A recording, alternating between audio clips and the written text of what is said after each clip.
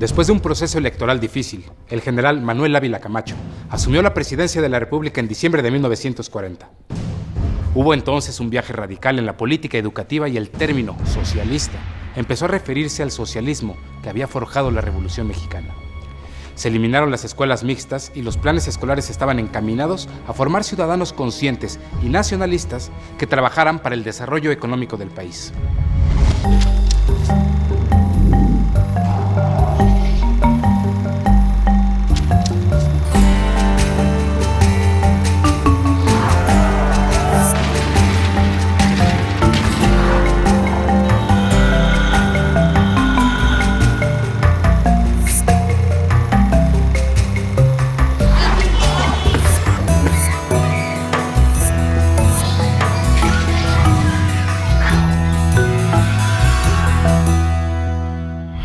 Esta es la historia de la educación en México a mediados del siglo XX, una época de grandes transformaciones para el país y sin duda para la vida estudiantil.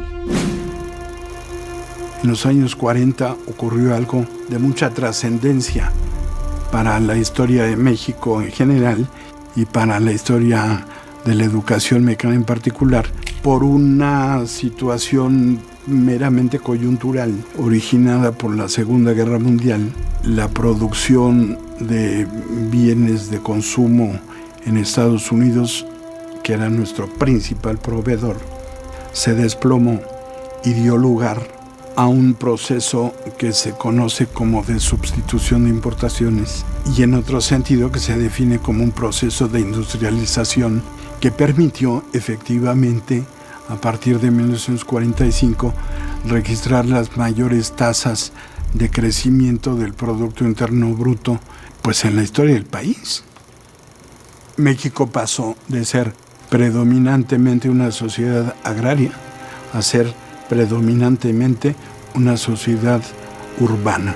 Se crearon los estratos medios, se desarrollaron y en este proceso, con toda evidencia, jugó un papel destacadísimo el sistema educativo, porque la planta industrial y la planta de servicios en una tendencia de crecimiento constante estaba demandando cuadros calificados que únicamente podían ser dotados por el subsistema de educación superior. Jaime Torres Bodet, diplomático y escritor, se hizo cargo de la SEP en diciembre de 1943. Retomó la idea de la alfabetización y emprendió una intensa campaña con niños y adultos, revisó planes escolares e impulsó a la construcción de escuelas con la iniciativa privada.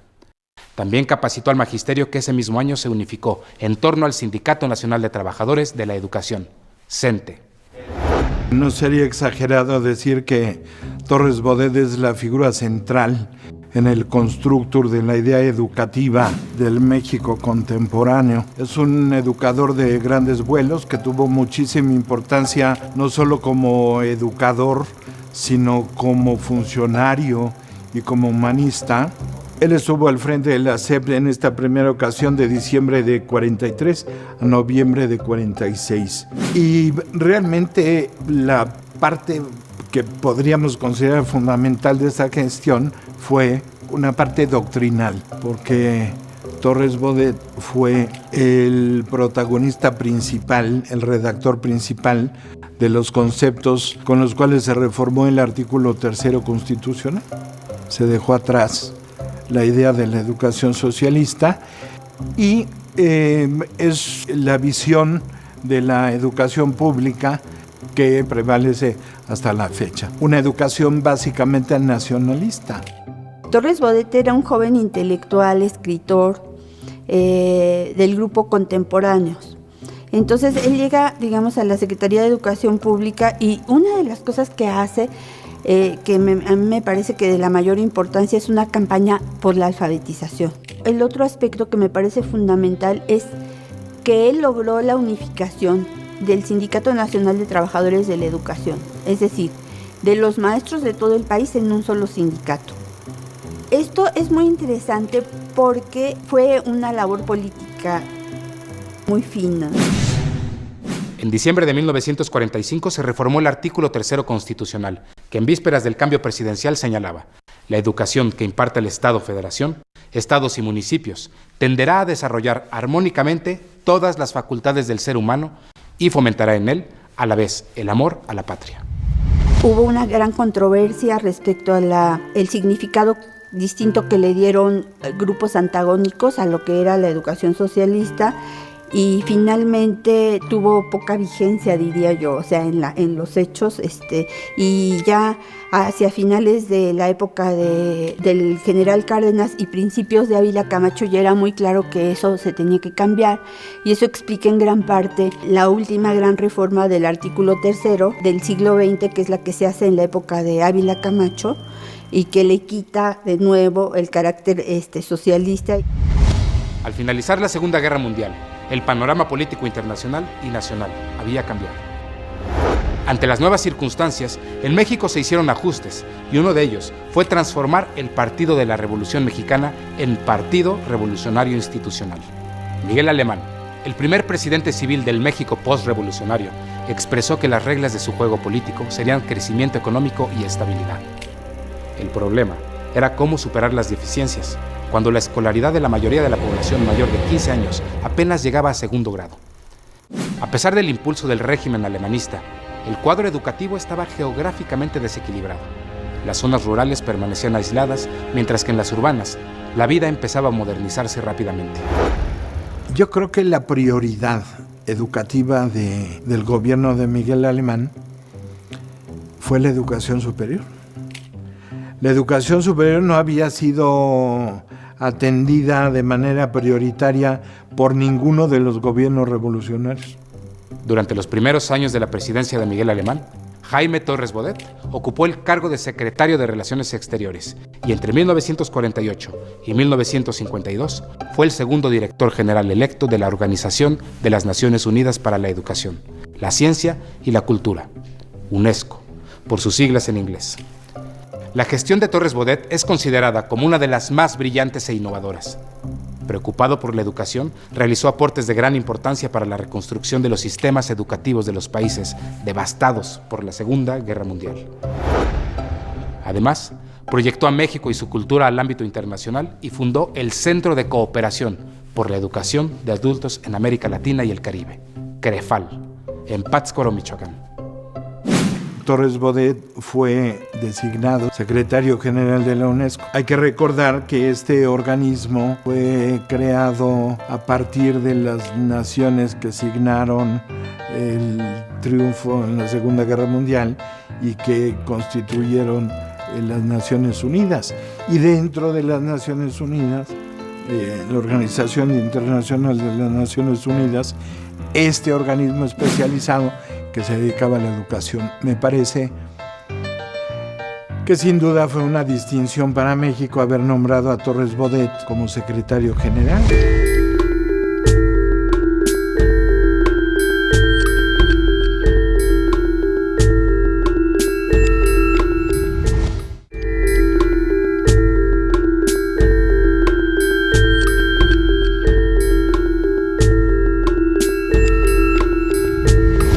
En diciembre de 1946, Miguel Alemán estableció una comisión para la creación del Instituto Nacional de Bellas Artes, cuyo objetivo, además de estimular la producción artística de México, sería impulsar la educación en los campos de las artes plásticas, la arquitectura, la danza, la música y la ópera, la literatura y el teatro.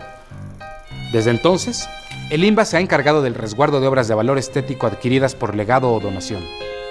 Entre 1954 y 1958, el director de Bellas Artes, Miguel Álvarez Acosta, impulsó proyectos educativos y le dio un giro radical a la promoción de la cultura en México, al fundar institutos regionales en todo el país. Desde su fundación en el siglo XVI, las escuelas y facultades de la universidad habían estado distribuidas en diversos edificios del centro histórico de la Ciudad de México, en el llamado Barrio Universitario, ubicado al noreste del Zócalo.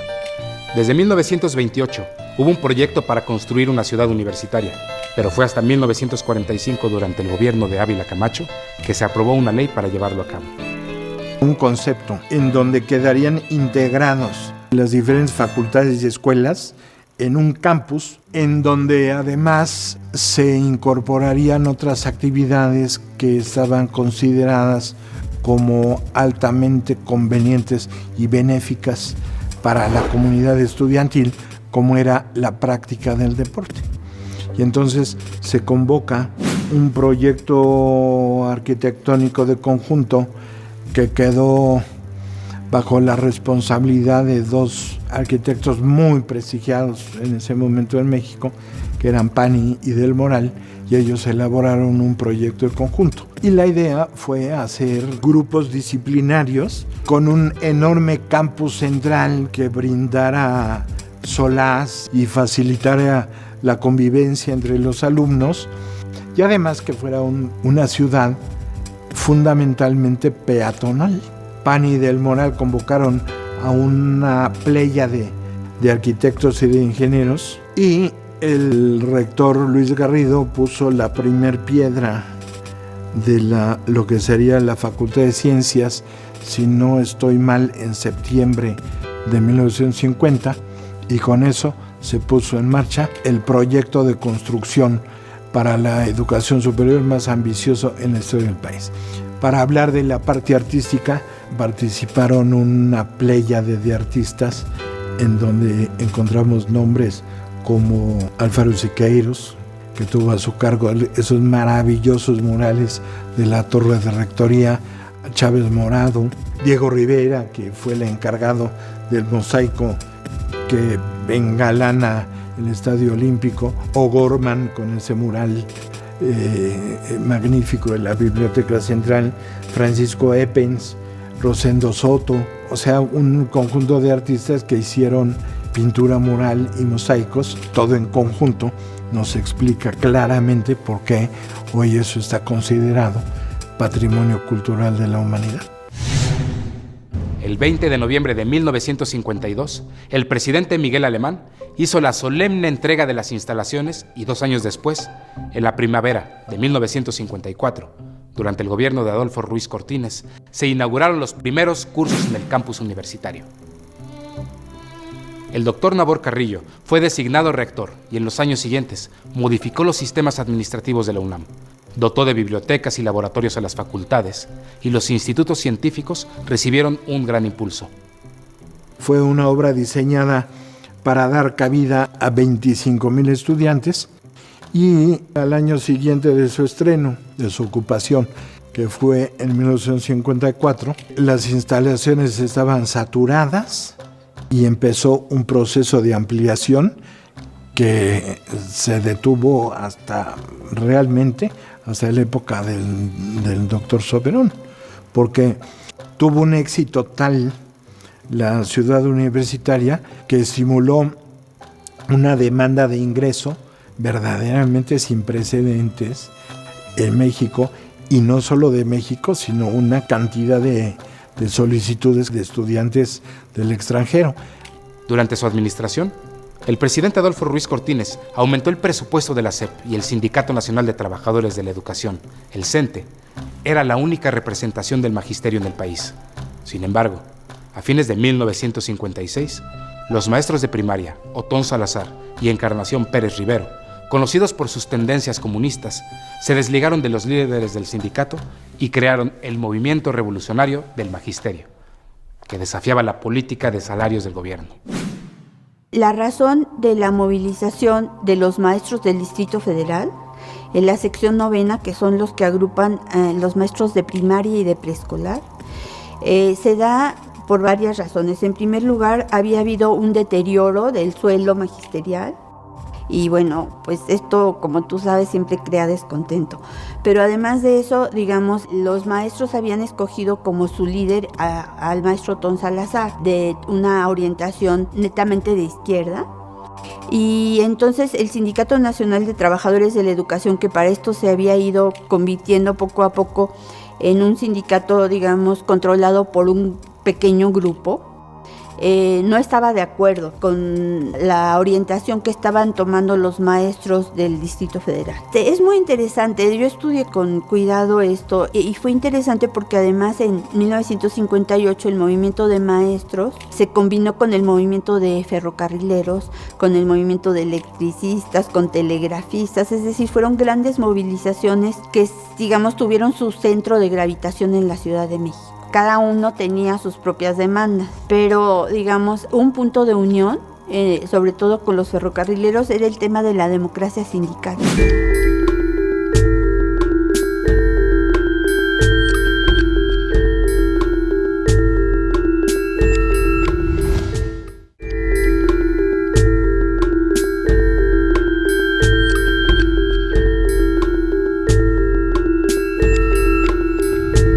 En 1958, Adolfo López Mateos asumió la presidencia y tuvo que enfrentar la agitación obrera heredada del régimen anterior.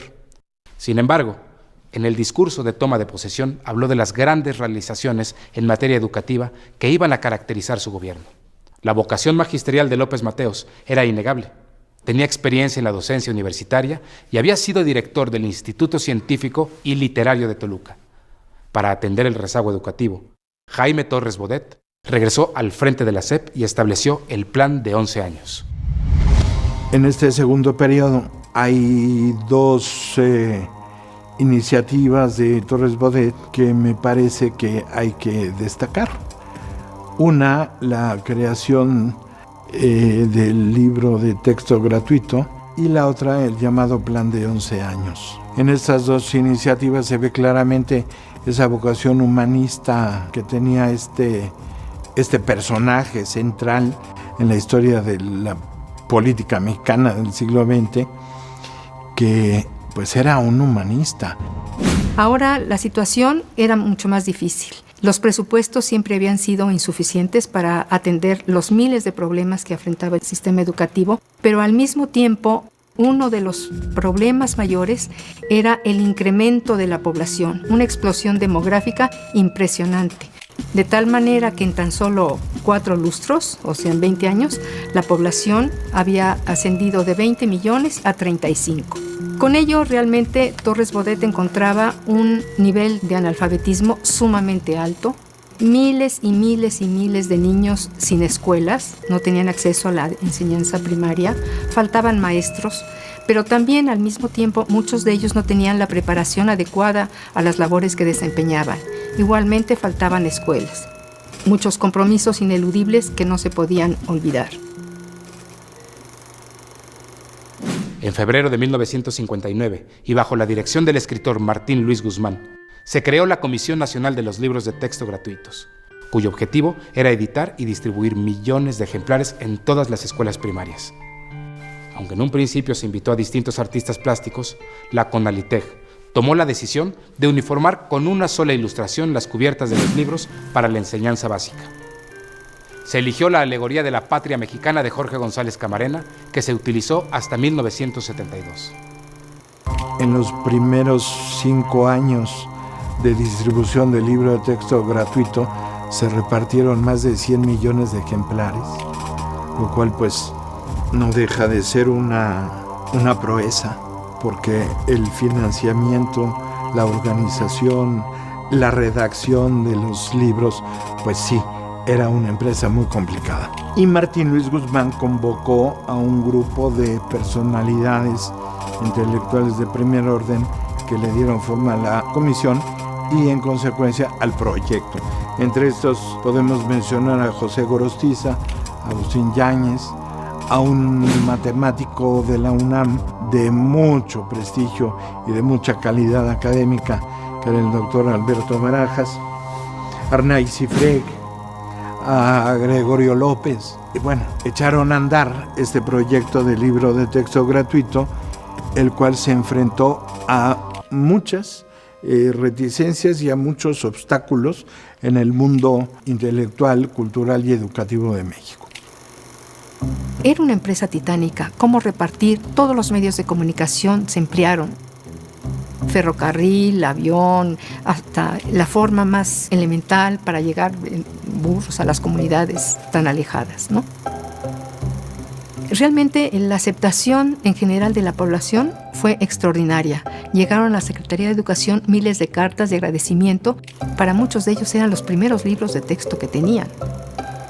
Pero bien, antes de que aparecieran estos textos, que salieran ya a la luz y empezaran a circular, el gobierno, las autoridades empezaron a preparar el camino, empezaron a dar noticia de lo que se estaba haciendo, pero esto lógicamente únicamente se enfocaba al aspecto de la gratuidad. El Estado iba a proporcionar todos estos textos, pero para ayudar especialmente a los más necesitados y pudieran seguir sus estudios.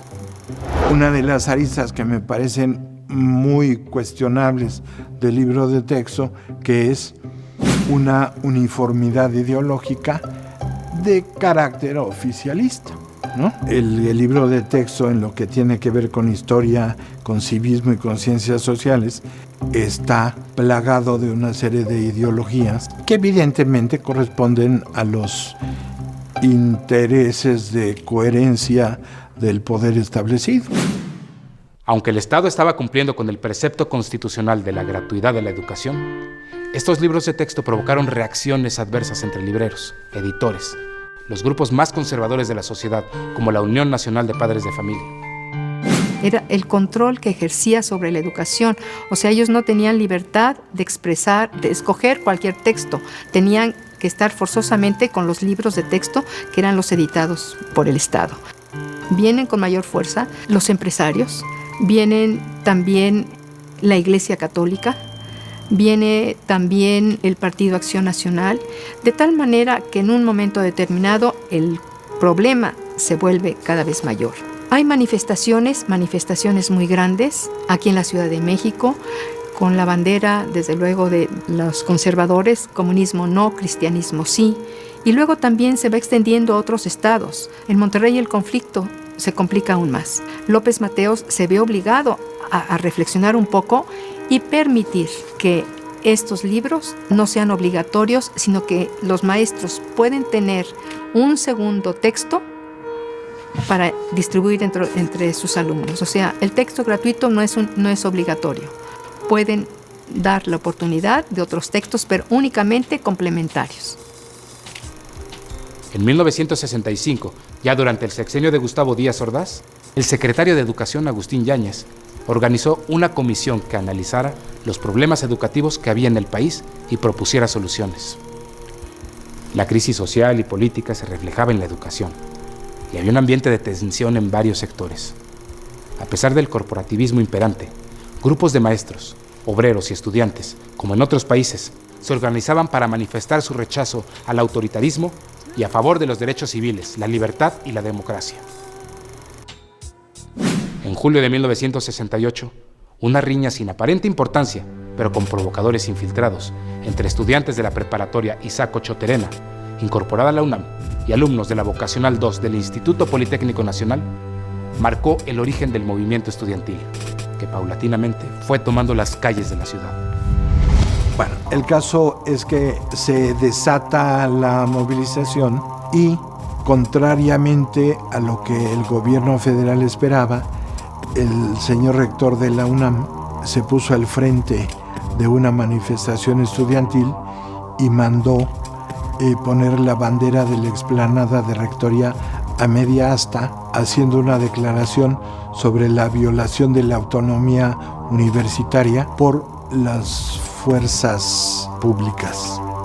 Entonces esto fue algo inusitado, me parece que es un evento único en la historia del aparato público en México. No quiero insinuar de ninguna manera que él haya sido opositor al gobierno federal, pero sí, y en esto creo que se puede ser enfático, que era un personaje de una probidad tal que fue coherente con su concepto de lealtad y con su concepto de deberes como rector de la universidad y como representante de la comunidad universitaria, y él hizo lo que estaba dentro de su conciencia hacer.